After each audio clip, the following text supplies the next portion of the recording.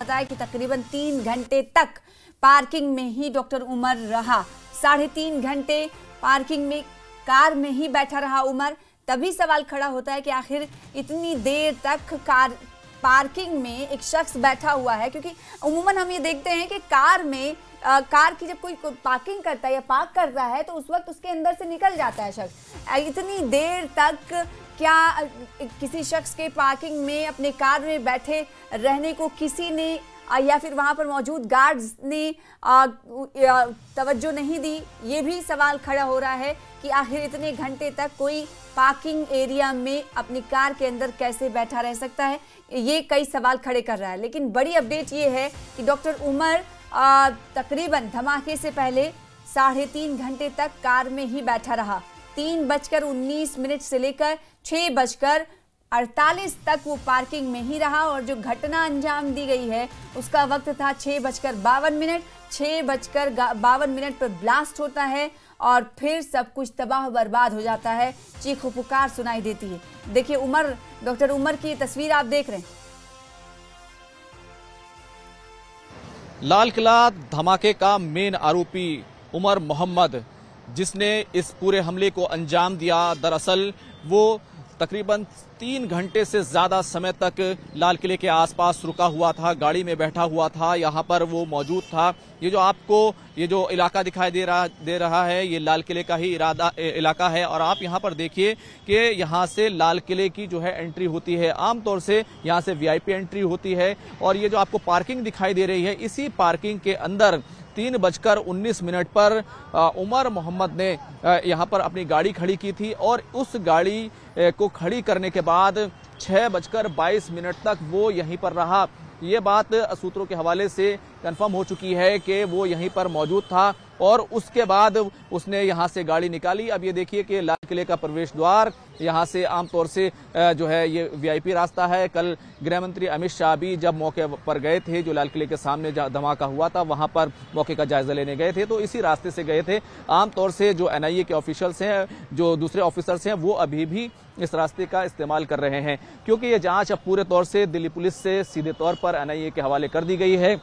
और अभी तक जो जानकारी मिली है उसके तहत जो तमाम इनपुट्स हैं, सीसीटीवी फुटेज हैं, वो एनआईए को उसको साझा किए जाएंगे और इसके साथ साथ दिल्ली पुलिस भी अपने तरीके से, अपने एंगल से इस पर कुछ जांच जो है वो जारी रखेगी। तो एक समन्वय बनाने की जो है कोशिश की जा रही है। गृह मंत्री अमित शाह ने अभी थोड़ी देर पहले ही एक मीटिंग ली है जिसमें उन्होंने तमाम चीजों की ब्रीफिंग ली है। लेकिन इसमें जो सबसे बड़ा एंगल और सबसे बड़ा जो सवाल है, इस पार्किंग के अंदर जो गाड़ी खड़ी हुई थी i20 जो हरियाणा नंबर था, उसमें जो नाम और कड़ी निकलकर सामने आई कि उस नाम के वो जो गाड़ी थी उसमें किस तरीके से 6 मरतबा उसको बेचा गया और आखिर में जाकर वो सीधे तौर पर जम्मू कश्मीर से, पुलवामा से उसका कनेक्शन जो है वो जुड़ता है और 3 घंटे के बाद यहाँ पर ज़्यादा रहने के बाद वो यहाँ से गाड़ी लेकर निकलता है। लेकिन इसमें अहम एक कड़ी ये है कि क्या वो यहाँ पर अकेला था? कई लोगों की बात है कि जब वो गाड़ी में यहाँ पर पहुंचा था तो उसके साथ 3 लोग थे, लेकिन जब उसने धमाके को अंजाम दिया उस वक्त वो अकेला था। तो क्या वो उसको सपोर्ट करने वाले थे? वो यहाँ रुककर इतने हाई सिक्योरिटी जोन में आखिर क्या करता रहा? क्या किसी ऑर्डर का इंतजार कर रहा था? आखिर वो तमाम क्या चीजें थी? उन तमाम कड़ियों को ही अब जोड़ा जा रहा है और एनआईए अपने तरीके से इस पूरी जांच को अब लीड कर रही है। तो कुल मिलाकर एनआईए ने इस पूरे इलाके में अभी जो अपनी प्रक्रिया है, जांच प्रक्रिया है, उसको शुरू की है। लाल किले के आसपास उन्होंने फॉरेंसिक्स टीम ने तमाम आसपास की एक बार फिर से छानबीन की है। उससे पहले जो एफएसएल की टीम है वो पहले ही तमाम छानबीन कर चुकी थी, नमूने उठा चुकी थी। तो कुल मिलाकर अब एनआईए जो है इस मामले को लीड कर रही है और गुनाहगारों को पकड़ने के लिए वो पूरे अभियान को लीड कर रही है। कैमरामैन प्रहलाद के साथ खुर्रम शहजाद, न्यूज़ 18 दिल्ली। तो दिल्ली ब्लास्ट मामले में कश्मीर से 2 भाइयों को हिरासत में लिया गया है। इनके नाम उमर राशिद और आमिर हैं। उमर राशिद इलेक्ट्रिशियन है और उसका भाई आमिर प्लम्बर है। इनका भी साजिश में हाथ बताया जा रहा है कि इलेक्ट्रिशियन उमर राशिद ने कार खरीदी थी और डॉक्टर उमर को i20 कार दी थी जिसे वो ब्लास्ट के वक्त चला रहा था। इलेक्ट्रिशियन उमर भी पुलवामा का ही रहने वाला। ये 2 भाई जो हिरासत में लिए गए हैं, उनकी तस्वीर आपको दिखा रहे हैं और उसका घर भी आप टीवी स्क्रीन पर देख पा रहे। दिल्ली धमाके में जम्मू कश्मीर के लोगों, जम्मू कश्मीर के रहने वाले इन निवासियों का कनेक्शन है, इसकी पुष्टि हो चुकी है। उमर राशिद इलेक्ट्रीशियन है और आमिर प्लम्बर, ये दोनों भाई हैं और इन दोनों भाई को हिरासत में लिया गया।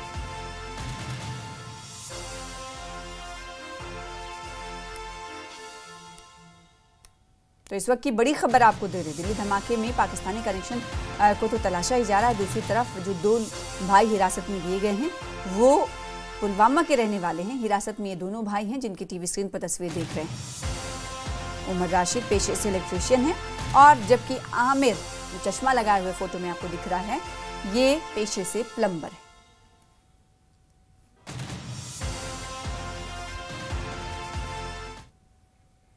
और बड़ी खबर एक और इस वक्त आ रही है यूपी एटीएस के हवाले से। बताएं कि डॉक्टर शाहीन के घर यूपी एटीएस की टीम पहुंची है। डॉक्टर शाहीन के पिता से पूछताछ इस वक्त चल रही है लखनऊ से, जैसे कि गिरफ्तारी अमल में लाई गई है डॉक्टर शाहीन की।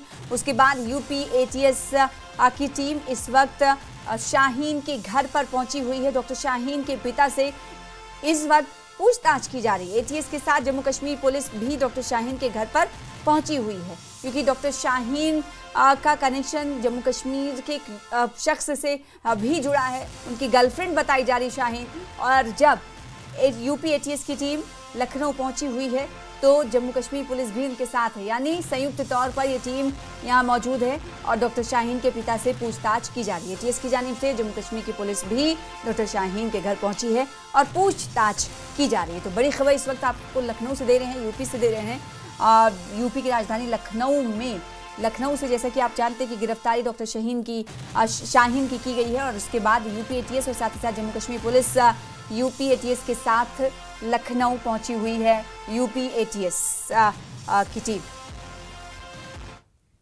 और इसी के साथ फिलहाल छोटे से ब्रेक के लिए रुकेंगे, ब्रेक के बाद जल्द लौटेंगे।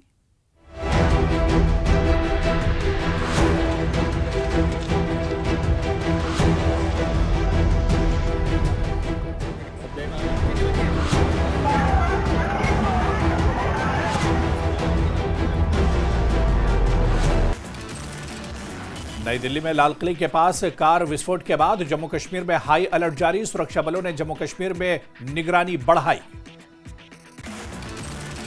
दिल्ली ब्लास्ट मामले में 2 लोग हिरासत में। कश्मीर से 2 लोगों को पुलिस ने हिरासत में लिया। आमिर रशीद और तारिक अहमद डार को हिरासत में लिया गया।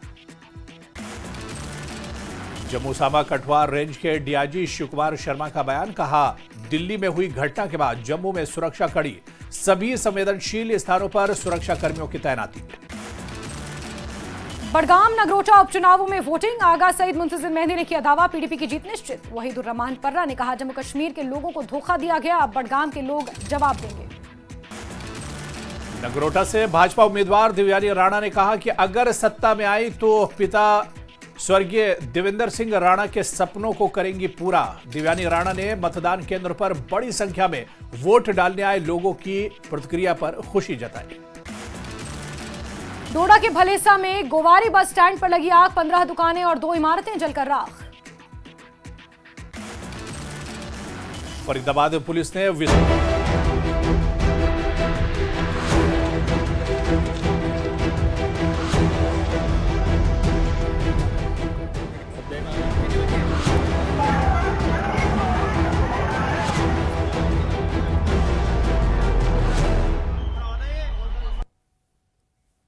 लाल किले के पास हुए ब्लास्ट की साजिश की पूरी स्क्रिप्ट बताते हैं। दिल्ली में सोमवार शाम लाल किले के पास जो ब्लास्ट हुआ उसमें अभी तक 12 लोगों की जान जा चुकी है, जबकि 28 से अधिक घायल हैं।